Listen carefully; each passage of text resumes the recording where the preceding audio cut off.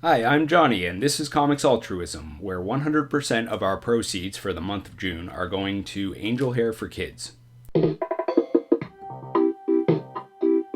Now, as always, if you have a nomination for a charity that you want to put in, just leave it in the comments section of any one of my videos and I'll get it and put it into the pool.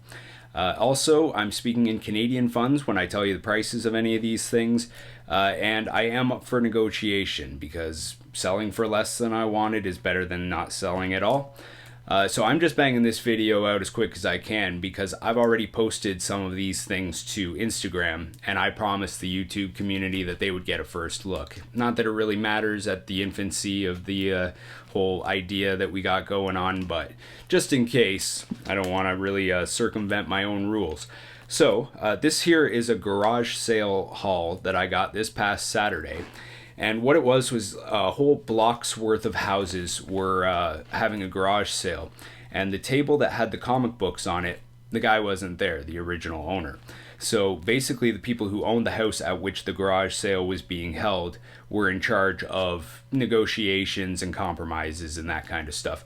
And there were only 3 long boxes there. They were about 2/3 full each. And based on what was still left in the boxes, I have a feeling that it was just the owner removed the stuff that was actually really good and he just wanted to sell at a solid, steady price per comic, $1, which is what it was, rather than, have price tags on everything. All right, so with no further ado, and I have a moral question for everybody at the end of this. I kind of want to hear your interpretation about comic karma and all that.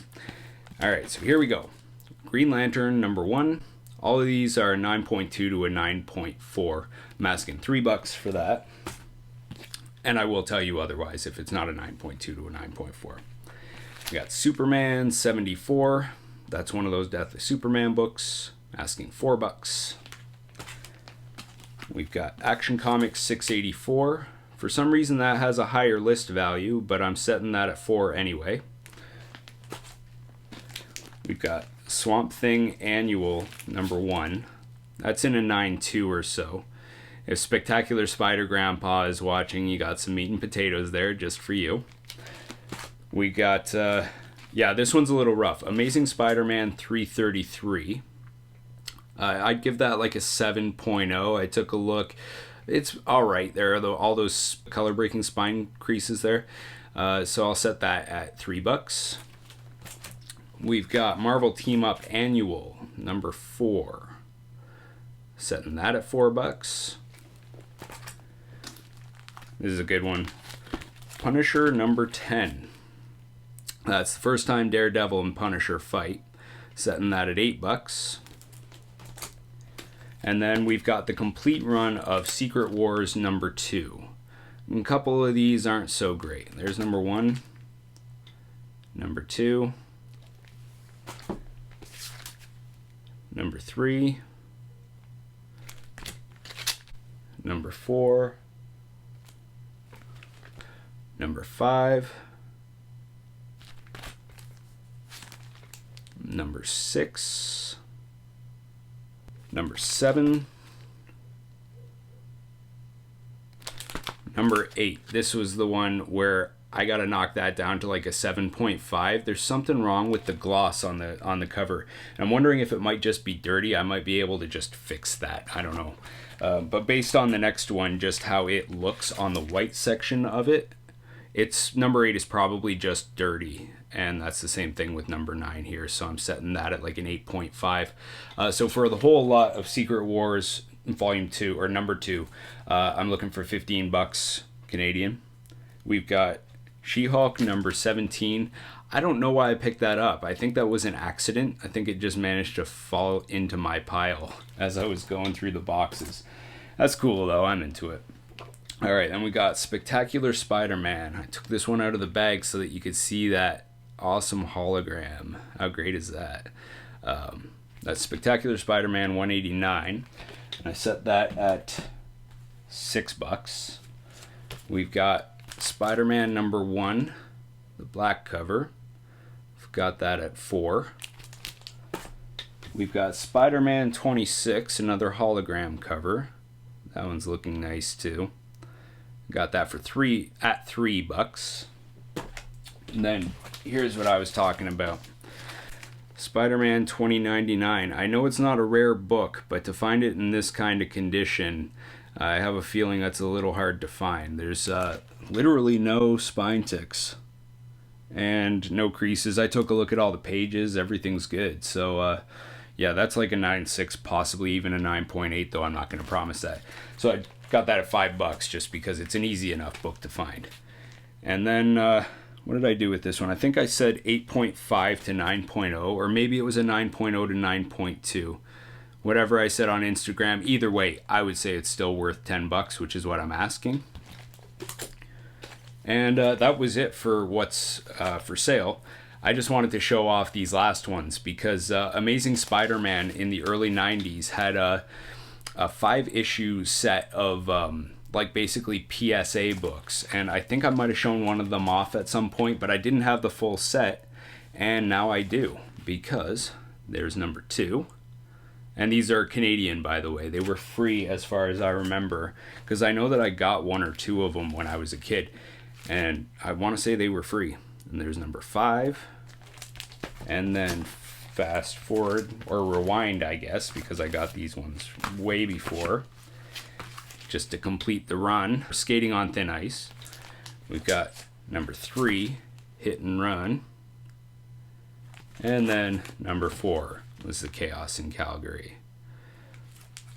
And then if any of you were watching my haul from White Whale Comics, I bid on some auctions. One of them was a charity auction, and then I bulked up the box with the following night. He was just selling to earn some money. But I got 1 and 2 from him, and then I was able to pick up number 3 later. So now I have the full set of this countdown set, so I can actually read it. So that's cool. And then Spider-Woman 17. This helps to fill out my run a little bit. I'm still missing a whole bunch from that 1978 Spider-Woman run. All right, so the moral question here. I had already gone through the first 2 boxes. And then I was working on the 3rd box. I had already taken out basically everything you see there, except for maybe 5 of those books. And this guy came up beside me, and he just kind of got really close, and he was like, "Are any of these worth anything?" If you didn't hear me, I said, "Are any of these worth anything?" And I kind of have a rule when it comes to buying comic books from people, and that's that even though I'm selling for charity, it's not worth it if I'm going to screw someone over for, like if they don't know what they've got. I'm going to tell them and then, be fair about it, because what's the point of selling for charity if you're just going to give yourself bad karma by being cheap or whatever.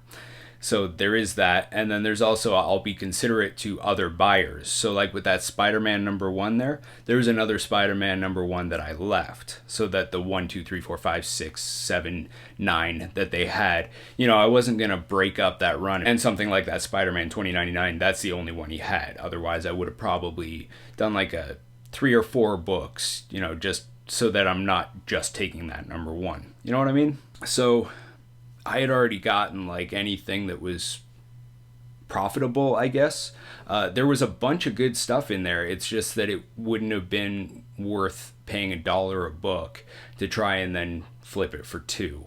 I mean, for me, it was just kind of some of those books there. It's not like I'm turning a huge profit or anything. But I also, like I say, I made a deal with them too to kind of amp that up a little bit. So I was honest with him, and I just said, they're a great selection for collectors. I'm filling a few holes, plus I've got a couple of the slightly more valuable ones in my stack over here, which I was completely honest about. Like, sorry man, I already grabbed them. So the question is, should I have told this guy that, yeah, they're basically like not worth your time if you're going to try to make a fortune off of these books? Did I do the right thing by telling him not to buy, basically? I mean, that wasn't my intention to tell him not to buy, but the moment that I said that, he just kind of sighed and then slunk away, like almost literally. He just like left the property. Just like that. Like maybe he saw in the Kijiji ad comic books and he thought some of those things are jackpots sometimes.